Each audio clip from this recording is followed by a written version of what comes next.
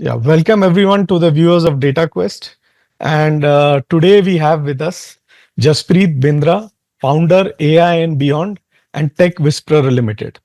Welcome, Jaspreet. Great to be here, Sunil, again, and look forward to our chat. Yeah, and I think right, let's get straight to it. We have entered the deep seek era. So it has just come without anyone knowing it. And I'd like to, first maybe we can just go to the beginning. I mean, what is the difference Mhm. between Chat GPT and DeepSeek in terms of how they approach AI and the infrastructure behind the scenes? Because I think they're two very different products. Yeah, I think there's a vast difference in the way they've been built. For a consumer, if she or he uses DeepSeek or ChatGPT, I think they'll find a very similar experience. It's a chatbot. Both of them are AI chatbots. And in fact, that's the scary thing that you'll find a very similar experience because the level of DeepSeek is, depending on multiple parameters, approximately similar to a ChatGPT or a Claude or a Gemini. But I think the reason why it has created such a furor is because of the way it has been built, which are just two completely different philosophies. So just to take, like, if I was to just do three things, number one, the total cost of building DeepSeek has been claimed to be about $5 to $6 million. A similar cost is hundreds of millions of dollars for ChatGPT. Number two, the GPUs or the chips used for DeepSeek were about 2,000 chips, which were of last to last generation from NVIDIA. And ChatGPT 4.0 or 4.01 would use hundreds of thousands of the latest generation chips. So that's point two. And point three is that while ChatGPT is a closed model, though the company is called OpenAI, the real OpenAI is DeepSeek because they have published a very detailed technical paper which proves all these things and gives the capabilities. And that, frankly, has set the cat amongst the pigeons. If I may say, a 3.5 is that the size of the models itself, in terms of number of parameters, uh, DeepSeek is 10x to 15x smaller than ChatGPT, which essentially means that you can, in fact, my AI and Beyond co-founder has already downloaded it in his very normal laptop, okay, locally, and running it without an internet connection. While for Claude or a ChatGPT, you require massive Stargate-like data centers. And so I think it's just a completely different philosophy which will change the narrative of AI forever, much the same way as ChatGPT changed it about 2 years back. That sounds exciting. So then I want to know that how is the market going to get disrupted? Because I see the market getting disrupted on many levels. It's like you said, it's open source, it's cheaper, and the infrastructure is like so less. So what kind of the going forward, what kind of, I mean, Nvidia, we know already the stock lost like $500 billion in a day. Nobody could imagine such things. So what is the market disruption you're seeing? So even before I get to that, just a couple of caveats, Sunil. It's Sure. early, so we really need to figure out whether the costs that are being claimed, etc., are the real costs. There are already, news out there that some of those costs have been vastly underestimated. There were lots of other GPUs, etc., etc. And secondly, obviously, the performance. Whether the performance claimed is the performance, it sounds to be, but people are still checking it out. Now, if we assume that this is all true, then, as I said, the narrative of AI changes entirely. The investment narrative changes, and there will be, therefore, a disruption in the market. We've already started seeing it. Uh, but I think, as always with such disruptions, there will be gainers and there will be losers. I personally believe NVIDIA will be a gainer, okay, in the middle to long term. Because think about it, instead of having 10 people buying hundreds of thousands of chips from NVIDIA, there is a possibility that there will be hundreds of thousands of companies which could create their own local models. And they will all need GPUs, whether they're the latest ones or not, they will all need GPUs. And so NVIDIA could be actually selling far more GPUs to many more customers than, large quantities to small customers. And Jensen Huang is very, very good at riding these waves. Okay. And I'm pretty sure I am actually bullish on NVIDIA. I bought the stock on the dip. Okay. So that's NVIDIA, since you asked that. I think in terms of the big tech, okay, very quickly, I think Microsoft would be a gainer because now they don't sell AI. They're least interested in selling AI. They sell with AI. And if that infusion can happen at such a lower cost and capex, lower prices to customers, they win. OpenAI and Anthropic, I think, have a task ahead of them. Sam Altman has already talked about the fact that they need to recalibrate, and I think they'll go along the reasoning, thinking, AGI part to keep that distance away from the Chinese. To the losers in Apple also, for similar reasons, will be a gainer because they don't have their model, so they can. I think the losers will be probably Google and Meta because Google is tied to its own products. Unless it opens out, everything works with Gemini. Unlike Microsoft, where you have OpenAI, you have Mistral, you have Deepseek, you have everything. But I think the biggest gainers will be the startups and will be people like you and me, because the startups like Perplexity or Indian startups, can now get, if it's all true, can now pay cents to the dollars to build AI applications, and therefore there'll be many more startups with far less money building these applications, and that means that consumers like us will actually be gainers too. Yeah, so sounds like a democratization is happening. That is the right word. In fact, that's the word I've been using. I think Okay. philosophically, the biggest thing is that we were thinking AI would be against, and in the tech world, we have been so used to the winner take all model, e-commerce with Amazon, search with Google, chips with NVIDIA. We have forgotten that other models exist like automobiles, where there are 100 manufacturers and therefore give us choice and give us lower costs. And maybe that's the change in narrative from this overly centralization to this complete democratization, if this all pans out. And another interesting thing is from disruption to geopolitics, because on 20th January, Deepseek R1 and the Zero and Distill versions were released, and that's exactly the date of the inauguration of Donald Trump as president. So how do you see, Trump's tariffs going, and how do you see are China and US officially in a AI arms race? How do you view the whole geopolitics of the situation? So there are so many things to say here, but let me just try and restrict myself to two or three. I think there's in science there's something called the law of unintended consequences. Okay, and I think that is what happened with the US's banning or embargo of the latest chips to the Chinese. And that if they had been selling them, the Chinese also would be spending the same billions of dollars. But as the Perplexity founder Arvind Srinivas said, necessity is the mother of invention. And so the Chinese realized they have to make something. Not only in this, they've made their Huawei phones. Not only that, they've made much better EVs with much lesser lesser resources. So I think therefore the gap has considerably reduced, and obviously people like Donald Trump do not like it. The gap between the US leadership and China. I think the race has actually begun now. Until now, it was just we were just talking about. It wasn't really a race with where the US was and China was. US was so far ahead that it was probably racing with itself. Okay, but now with this startling new development, and it isn't just DeepSeek. I think following DeepSeek, a couple other such models have also emerged from China, and I think just they've kind of reshaped the battlefield.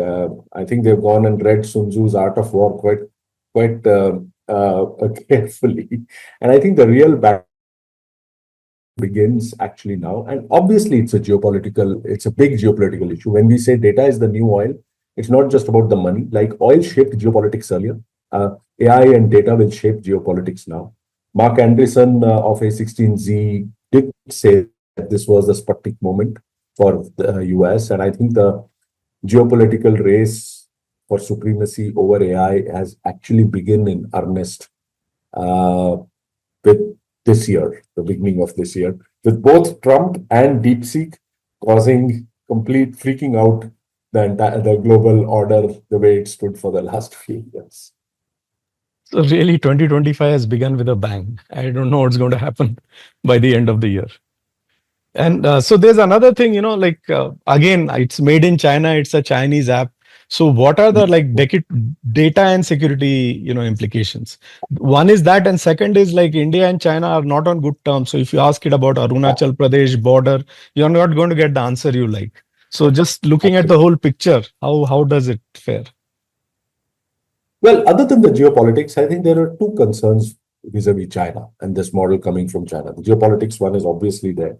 I think part one is that there's this perception that there's a lot of obfuscation of facts. Okay, and it's been true in the economic numbers thrown out, or census numbers thrown out, etc. So people aren't really sure whether the numbers that the DeepSeek technology, the technical paper that DeepSeek has released along with the model, whether the numbers are really the true numbers. And that's why I keep on saying we need to first make sure that's true, and then only some of these things bear out. Though the paper is deep enough, people say that to believe that some of these numbers are true. The second issue, a bigger issue, probably as you correctly said, is the whole. We've had a Great Wall of China for the internet, and now they've been building a Great Wall for AI, and their existing Baidu and other models do not talk about Tibet or the Dalai Lama or about Arunachal Pradesh, etc. And so doesn't this model.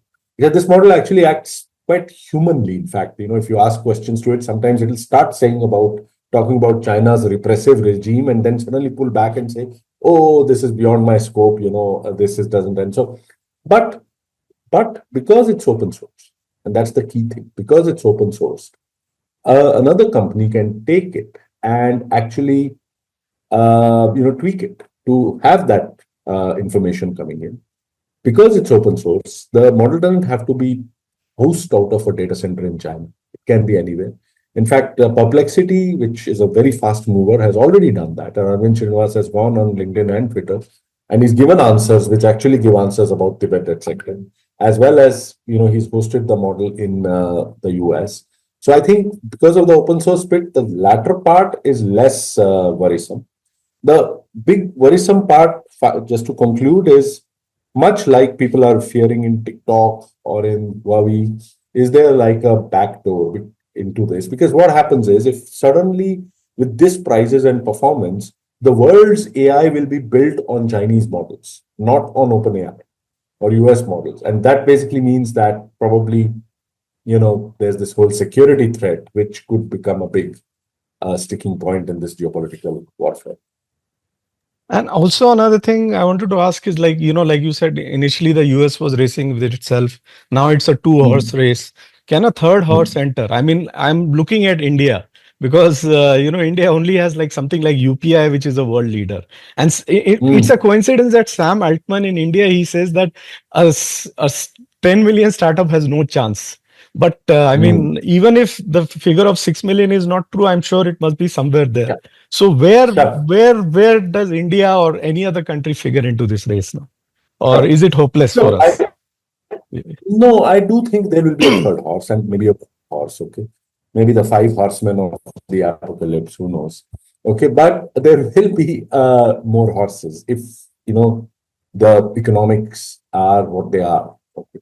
Now, who will it be is the question. Okay, I personally think the UK is a strong horse. Okay, and in fact, all world rankings until the Stanford rankings, etc., until the world changed with DeepSeek, did talk about UK being fourth and France being fifth, and largely India fourth, third, fourth, and India being fifth or sixth or fourth. So I think between UK, EU, and India, there is a clear opportunity for another horse. Now, vis-a-vis India, specifically focusing on India, I think despite our tensions with China, if I was the government or a startup or a company in India, I would be elated with this news. Okay, for two reasons. One, because now we can build our own models. We've been kind of going round and round, chicken or egg, model or application, Nilekani weighing in, CP Gurnani saying something, and we've not been able to make up our mind because of the costs involved and the resources involved. But I think now it's a new playing field. So we can make not one sovereign model, we can make hundreds of them. That's one. The second is, more importantly, I think is what I already referred to, which is that the cost of building applications on top of foundation models will be hopefully become very much lesser. And so let a million startups bloom in that sense, and a lot of them out of India. And the race is not going to be a foundational model race. Okay, the race is eventually going to be an application race. What is it that you're providing the customer? And so I think we have a chance. But the India horse, we've always been used to three of its legs being hobbled. Okay, and we are running. So much like DPI, DPG, as a DPG, the government and the bureaucracy will and this establishment will need to step in to unleash this horse and not keep it coiled in. And if that happens, then I think we have a chance. And talking of the government and regulation and all, do you think it's now easier for the government to embrace AI? Because now it's initially, I mean, the cost of maintaining such a model was huge, but now like you have Elon Musk in the US, and India is way ahead in its digital government. Will it easy be for governments to adopt AI in their operations? Sure. So, couple couple things here. I think the issue with embracing AI in its operations or for the country, were twofold. The cost and resources was one part, but the whole danger of AI, the ethical issues and the safety issues with AI was the other part. Definitely seems to have become easier to tackle, if this is all what it's said to be. I think clearly. But frankly, the second part, the danger has become more. Okay, because now, theoretically, if you had like 5 players who could make foundation models, then, it was easy to regulate those 5 or, inspect those 5. And there's this whole network of safety institutes across the world, which was kind of trying to do that. But if now you and I, if given a few $1 million, can sit at our home and build another foundation model, then it just becomes even and more. So I think, and I haven't yet, in all this excitement, I also need to put my mind to think about this issue. Okay? And I think that issue has gone up. So on balance, I think for the governments, the problem, that decision is still a tough decision. Yeah, and also, like, one thing I had always, wondered, if you see, China has dozens of apps which have hundreds of millions of, users each, but they don't venture outside China.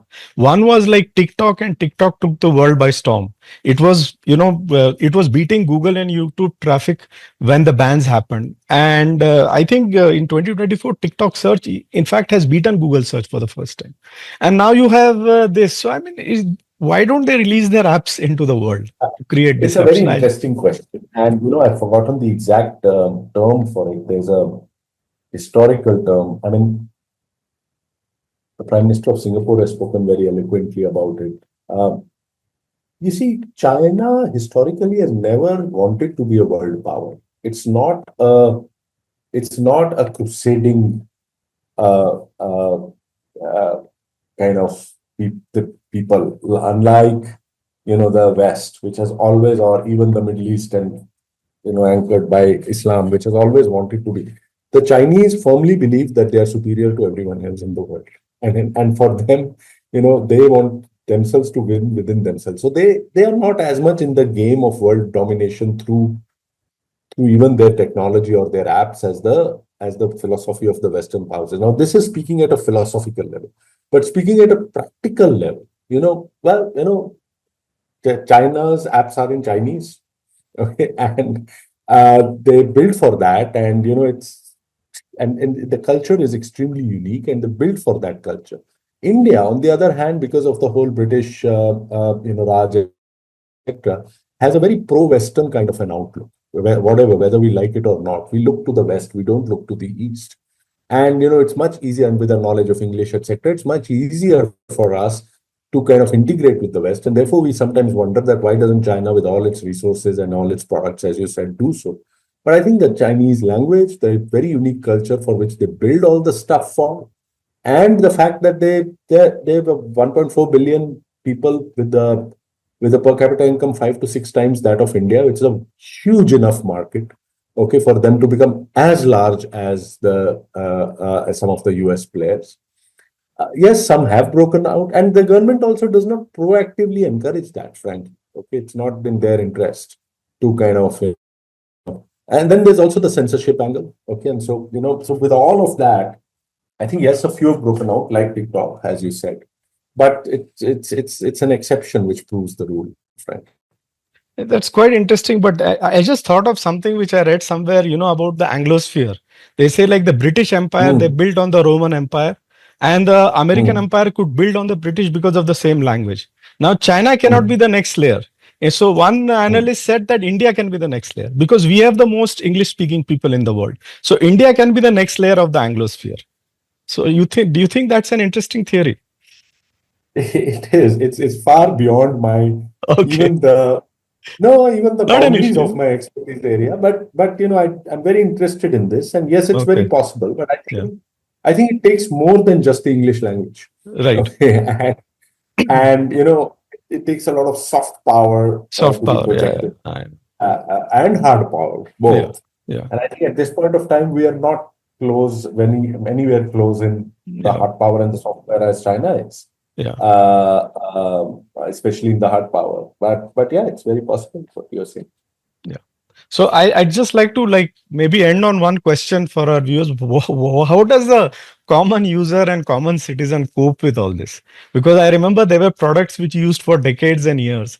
And 2022 ChatGPT came out. By 2023, 2024, people had adopted. And now suddenly DeepSeek has come. So I mean, how does the common man adopt AI with all these changing tools and all that? It's very tough. I think I joke with people, Sunil, that the first AI assistant which will come out will be an AI assistant which helps people cope with AI. That's a Okay, good one. Okay. okay, because it's. I mean, I spend my life in it, not only from a profession standpoint, but also from Right. a passion. And my life has come to a standstill for the last 3 days, frankly. Right. When ChatGPT got launched, my life was at a standstill for the next 15 days. Yeah. And not everyone can do that, right? Yeah. So I think, look, at the end of it, my view is that it's not about knowing every new app which has come out there and getting Right. swept up in these. In fact, one of the companies which I've recently launched, which you just referred to, Sunil, which we call AI and Beyond, Hmm. is actually to address this question. And so, at the risk of beating my own drum, Sure, sure. Yeah. AI and Beyond has been created to build what we call AI literacy. Right. So, the belief is that the definition of literacy will move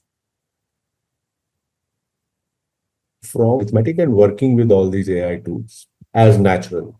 And so I believe, in answer to your question, we believe that it's not about AI expertise. You don't need to become an AI. Hmm.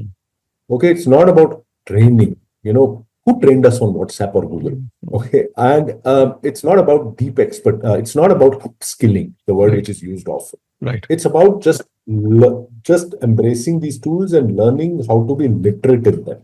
True. And frankly, when we do this in 3 hours, okay, for people.